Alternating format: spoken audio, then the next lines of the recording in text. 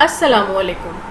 جماعت ہشتم کے طلباء الایمان ایجوکیشن سسٹم نے ای کلاسز کا جو سلسلہ شروع کیا ہے، الحمدللہ اس میں ہم اپنے نصاب کے دوسرے سبق پر آ گئے ہیں۔ یہ ہماری نظم ہے، اور نظم میں یہ کون سی صنف ہے؟ حمد باری تعالیٰ۔ جیسا کہ آپ بچے جانتے ہیں کہ اردو ادب میں نثر اور نظم دو اصناف ہوتی ہیں، اور اس میں مختلف چیزیں ہم پڑھتے ہیں۔ تو یہ منظومات میں حمد جو ہے وہ ایک صنف ہے نظم کی۔ آپ کی کتاب میں موجود حمد کے شاعر ہیں مظفر وارثی۔ حمد کی بلند خوانی کرنے سے پہلے میں آپ سے یہ جاننا چاہوں گی کہ آپ کے پاس جو اللہ کی نعمتیں ہیں، اللہ تعالیٰ نے جو نعمتیں آپ کو عطا کی ہیں، ان نعمتوں کے بارے میں آپ کا کیا خیال ہے؟ وہ آپ کو اچھی لگتی ہیں؟ کبھی کبھی آپ کو لگتا ہے کہ نہیں، یہ نعمت سے زیادہ اچھی وہ والی نعمت ہے۔ تو ہم اگر اللہ تعالیٰ کی عطا کردہ نعمتوں کا ایک جال بنائیں تو وہ جال کیسا ہوگا؟ یہ جال آپ کو بنانا ہے۔ میں نے بھی آپ کی طرح غور کیا کہ میرے پاس اللہ تعالیٰ کی کون کون سی نعمتیں موجود ہیں۔ اب نعمتیں تو بے شمار ہیں، جو مجھے لگا کہ ہم ان کی گنتی نہیں کر سکتے، لیکن پھر مجھے خیال آیا کہ میرے پاس 3 نعمتیں ایسی ہیں کہ جس کو اگر میں گنتی میں سب سے اوپر رکھوں، فہرست میں سب سے اوپر رکھوں، تو ان سے ساری نعمتیں جڑی ہوئی ہیں۔ یہ نعمتیں میرے پاس جو موجود ہیں، ان کا کوئی بدل نہیں۔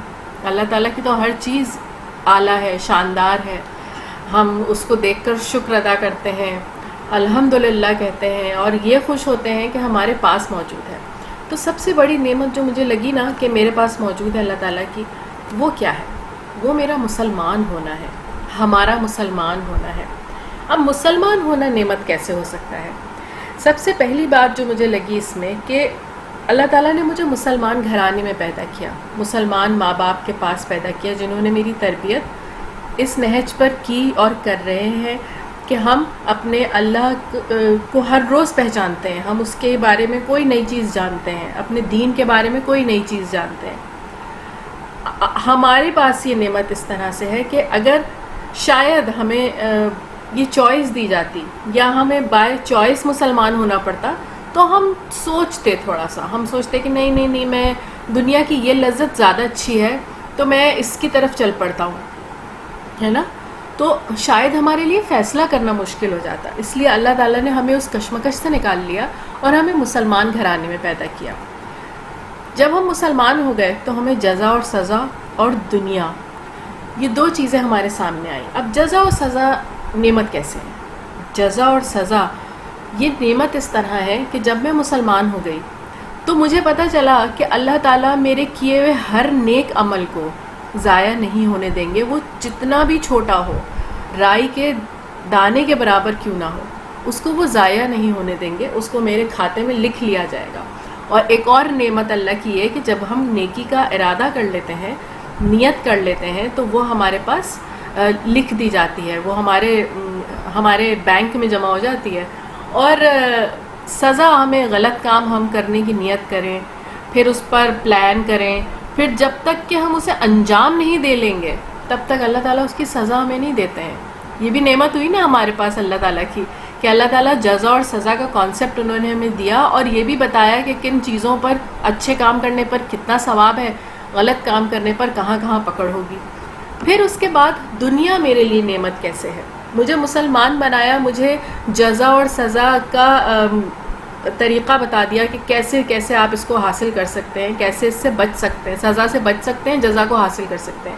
اور اس کے بعد اللہ تعالیٰ نے میرے تصرف میں یہ دنیا دے دی، اتنی خوبصورت دنیا جس کی بے شمار وسعتیں ہیں، میں جن کو کھوج ہی نہ پاؤں۔ ہم انسان اللہ تعالیٰ کی تخلیق کو صرف سراہ سکتے ہیں، ہم اس کو اور کچھ نہیں کر سکتے، کیونکہ ہم اس کو نہ بنانے پر قادر ہیں، نہ ہم اسے خراب ضرور کرتے رہتے ہیں، بطور انسان اپنے ماحول کو خراب کرتے ہیں، اپنے ارد گرد کی چیزوں کو درست نہیں رکھتے، لیکن اس کے باوجود یہ دنیا اتنی خوبصورت ہے، یہ کائنات، دنیا زیادہ مجھے کہنا چاہیے کائنات، کیونکہ اللہ تعالیٰ نے زمین میں بے شمار رنگ ہمارے لیے بنا دیے نا، درختوں کی صورت میں، لوگوں کی صورت میں، کھانوں کی صورت میں، لذتیں ہمارے پاس ہیں، ذائقے ہمیں بتائے کہ کتنے ذائقے ہیں جن کو ہم کھوجتے رہیں، ہماری زندگی گزر جائے۔ آسمان کو دیکھنا شروع کریں تو پتہ چلتا ہے کہ کتنی ہی ابھی جہتیں ہیں کہ جو اس سمت میں تو سائنسدان گئے ہی نہیں.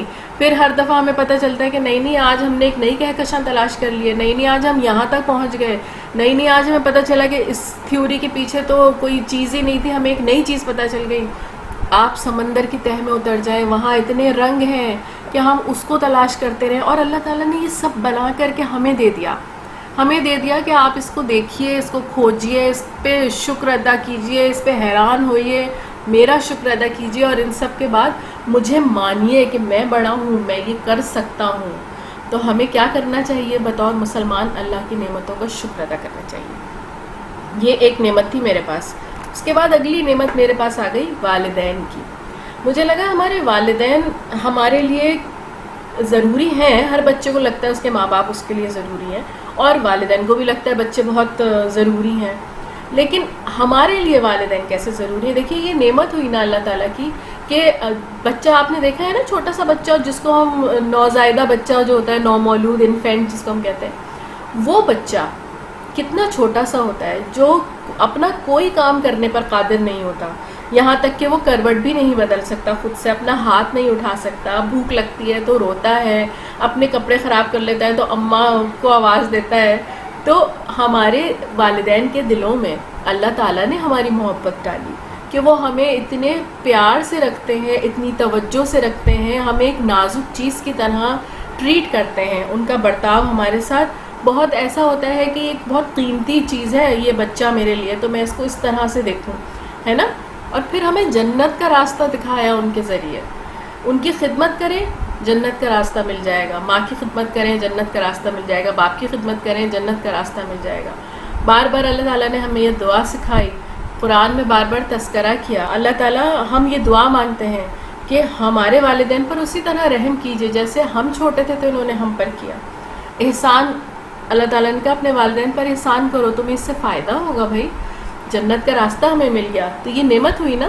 تو ہمارا مسلمان ہونا, ہمارے پاس ہمارے والدین کا ہونا, یہ ہمارے لیے نعمتیں ہیں. پھر مجھے لگا کہ صحت ہمارے پاس یہ بھی اللہ کی ایک نعمت ہے, ذہنی اور جسمانی دونوں. ذہن ہمارا جسم کنٹرول کرتا ہے نا, ہمارے جسم کو ہدایات دیتا ہے, بھئی ہاتھ اس وقت اٹھانا ہے, یہاں دیکھو وہ کیا چیز دکھ رہی ہے اس کی طرف دیکھو, واہ یہ کتنا اچھی دیکھنے میں, یہ ڈش کتنے مزے کی لگ رہی ہے, اسے اٹھا کے چکھنا چاہیے. یہ ذائقہ جو ہمیں محسوس ہوتا ہے, یہ خوشبو جو ہم سونگھتے ہیں, آنکھوں سے دیکھتے ہیں, ہمارا یہ جسم پورا, ہمارا ذہن اس کو کنٹرول کرتا ہے. تو اللہ تعالیٰ نے یہ ہمیں نعمت دی نا, ذہنی اور جسمانی. کیسے اللہ تعالیٰ نے ہمارے لیے اس کو اچھا بنا دیا, ہمارے ہاتھ پیر چلتے ہوئے رکھے ہیں, ہمیں حسیات دی ہیں. اور آپ کو یاد ہے نا آپ کے حضرت موسیٰ نے جب پوچھا تھا اللہ تعالیٰ سے کہ اگر میں آپ سے کہوں کہ آپ مجھے بتائیں کہ مجھے کون سی ایسی دعا مانگنی چاہیے یا آپ سے کون سی ایسی چیز مانگنی چاہیے, تو اللہ تعالیٰ نے کہا تھا تمہیں صحت مانگنی چاہیے کیونکہ تندرستی 1000 نعمت ہے. تو یہ میرے پاس مجھے لگا کہ یہ 3 اتنی اہم نعمتیں ہیں کہ ان سے سب چیزیں جڑی ہوئی ہیں. یہ تو میرا چارٹ تھا. اب آپ مجھے بتائیں گے کہ آپ کا چارٹ کیا ہے, آپ کے پاس نعمتوں کا کون سا جال آپ بنانے والے ہیں. ٹھیک ہے, اس کو اپنی نوٹ بک میں بنائیے گا. اب چلتے ہیں ہم اپنی حمد کی طرف. حمد سے اس کا کیا تعلق تھا؟ حمد سے اس کا یہ تعلق ہے کہ آپ کی یہ جو حمد ہے نا, جس کے شاعر مظفر وارثی ہیں, اس میں اللہ تعالیٰ سے وہ یہی بتا رہے ہیں کہ میں آپ کا شکر ادا نہیں کر سکتا, میں کیسے شکر ادا کروں. تو وہ اس میں اپنی عاجزی کا اظہار بھی کر رہے ہیں اور اس میں اللہ تعالیٰ کی تعریف بھی بیان کر رہے ہیں. تو چلیے ہم چلتے ہیں بلند خوانی کی جانب. بلند خوانی میں کروں گی, آپ اپنی کتاب میں اس کو دیکھتے جائیے گا. جو ملے حیات خضر مجھے اور اسے میں صرف ثنا کروں, تیرا شکر پھر بھی ادا نہ ہو, تیرا شکر کیسے ادا کروں. تیرے لطف کی کوئی حد نہیں, گنوں کس طرح کے عدد نہیں, نہیں کوئی تیرے سوا میرا, کسے یاد تیرے سوا کروں. تیرے در پہ خم رہے سر میرا, تیری رحمتوں پہ گزر میرا.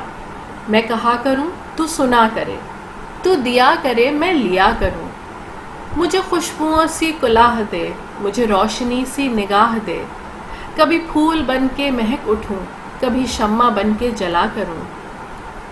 میں بہت ہی عاجز و بے نوا, تیرے آگے میری بساط کیا. کوئی بھول ہو تو معاف کر, مجھے بخش دے جو خطا کروں، میرے ایک دامن عمر میں ہے نہ جانے کتنی ندامتیں، میرا خاتمہ بھی بخیر ہو یہی رات دن میں دعا کروں۔ اب جب ہم بلند خوانی کر لیتے ہیں تو پھر ہم کیا کرتے ہیں؟ نئے الفاظ کو ڈھونڈتے ہیں۔ نئے الفاظ آپ کے پاس کتاب میں موجود ہیں۔ آپ نے کرنا کیا ہے، بالکل اسی طرح جیسے یہ کالم بنا ہوا ہے، نوٹ بک میں ہم یہ سرگرمی کریں گے اور کالم بنا کے اس میں ایک طرف الفاظ لکھیں گے، معنی ہم اس کے بعد میں لکھیں گے۔ جو بچے تلاش کر لیں گے جلدی سے وہ اس کو کراس چیک کریں گے، اور جن کو نہیں ملے ہیں معنی، وہ میں جو آپ کو معنی بتاؤں گی آپ اس کو اپنے پاس نوٹ بک میں اتار لیجیے گا۔ تو یہ ہماری سرگرمی ہے ذخیرہ الفاظ کی۔ نئے الفاظ کو لکھنے سے کیا فائدہ ہوتا ہے؟ نئے الفاظ کو لکھنے سے آپ حمد میں جہاں جہاں بھی یہ لکھے ہوئے تو ان کے معنی کی مدد سے آپ اس کو سمجھ سکتے ہیں آسانی سے۔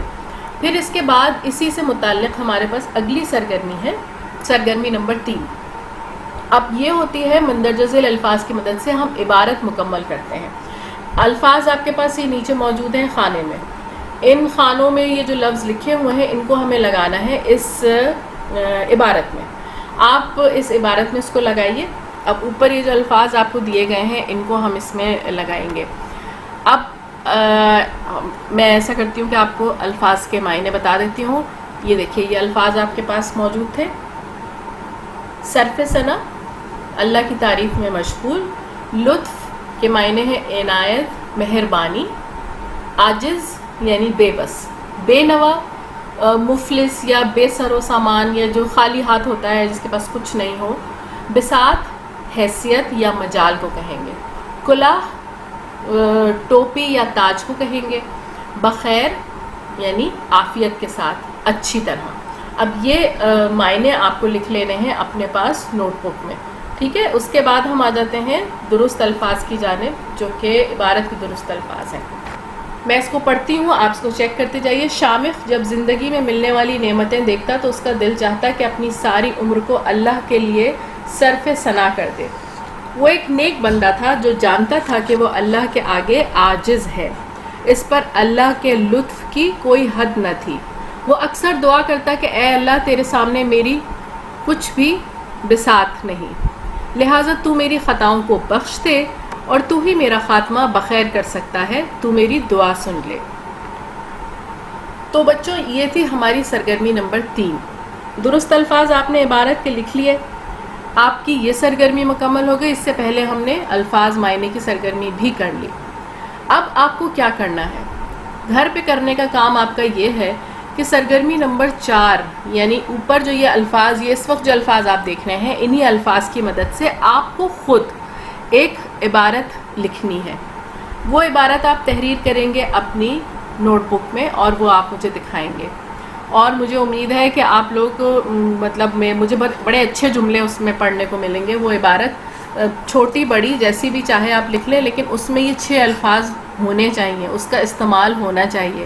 اس کا فائدہ کیا ہوگا؟ اس کا فائدہ یہ ہوگا کہ یہ الفاظ جو ہم نے اوپر الفاظ معنی کے خانے میں لکھے ہیں، اس کا استعمال آپ کو پتہ چلے گا، اور جب ہم چیزوں کو استعمال کرنا جان جاتے ہیں تو پھر ہمیں ان کے استعمال کا مزہ بھی آنے لگتا ہے، اور پھر ہمارے ووکیبلری بڑھتی ہے نا، ہمارے ذخیرہ الفاظ بڑھتے چلے جاتے ہیں تو ان کا استعمال ہمارے لیے آسان ہو جاتا ہے، ہماری گفتگو، ہمارا لکھنا، یہ سب اچھا ہو جاتا ہے، ہمیں مزہ آنے لگتا ہے ایسی چیزیں پڑھنے میں جہاں یہ الفاظ استعمال ہوئے ہوں۔ تو آپ نے یہ کام کرنا ہے گھر پر کہ ایک مربوط عبارت تخلیق کرنی ہے اور اس کو اپنی نوٹ بک میں لکھنا ہے، ٹھیک ہے؟ تو یہ ہمارا آج کا کام تھا۔ مجھے امید ہے کہ اس کام کو کرنے میں آپ کو پریشانی نہیں ہوگی، لیکن اگر ہوتی ہے تو آپ لوگ مجھے ضرور بتائیے گا، پھر میں آپ کو دوبارہ سے یہ سب کچھ سمجھا سکتی ہوں، ٹھیک ہے؟ جزاک اللہ۔